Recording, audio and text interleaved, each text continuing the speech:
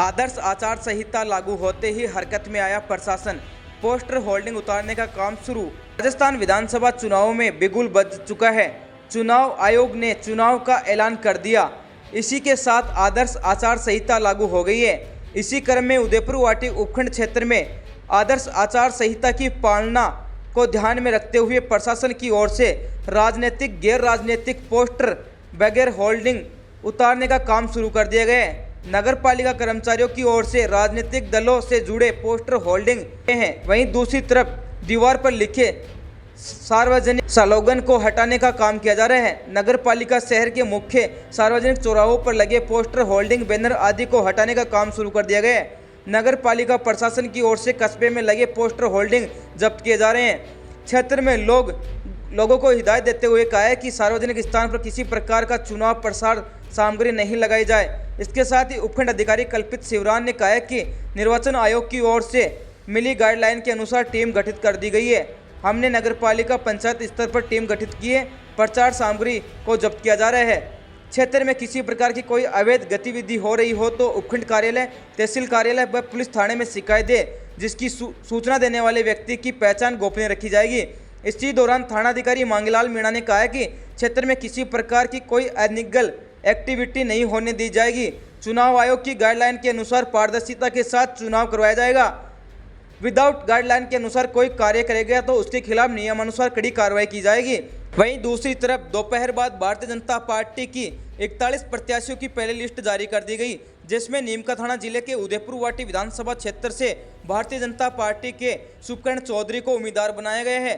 Bharatiya Janata party कार्यकर्ता पटाखे फोड़कर आतिशबाजी करते हुए खुशी का इजहार किया। जैसा कि आप सब लोगों को पता है, आज राजस्थान इलेक्शन कमीशन द्वारा राजस्थान में आचार संहिता लागू कर दी गई है। आदर्श आचार संहिता की पालना के लिए विभिन्न उसके पक्ष हैं जिनके तहत पुलिस का अपना रोल है, फ्लाइंग स्क्वाड है, वीडियो सर्विलांस टीम है, वीडियो विंग टीम है, विभिन्न प्रकार की टीमें हैं जो हमारे द्वारा पहले ही गठित कर दी जा चुकी हैं। उनका अलग अलग रोल है। आज उनके साथ मीटिंग करके उनको उनका रोल समझा दिया गया है।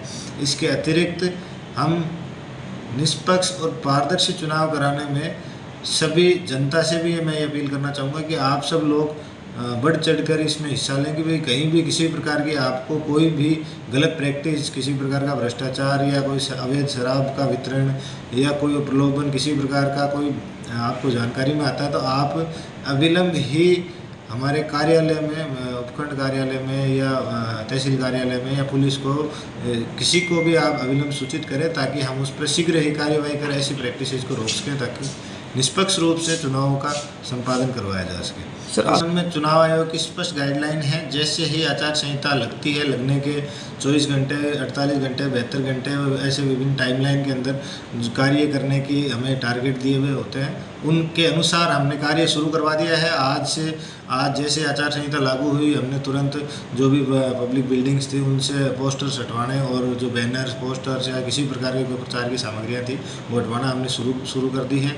और इसके अतिरिक्त जैसे ही 72 घंटे का समय होगा हम इसको संपूर्ण जगह से जहाँ भी कोई प्रकार की कोई प्रचार सामग्री होगी हम उसको हटा देंगे। सभी प्रकार की प्रचार सामग्रियाँ 72 घंटे के भीतर अलग अलग जो टाइमलाइंस हमें दी गई हैं 24, 48, 72 घंटे के, उनके अंदर हम उनको हटवा देंगे।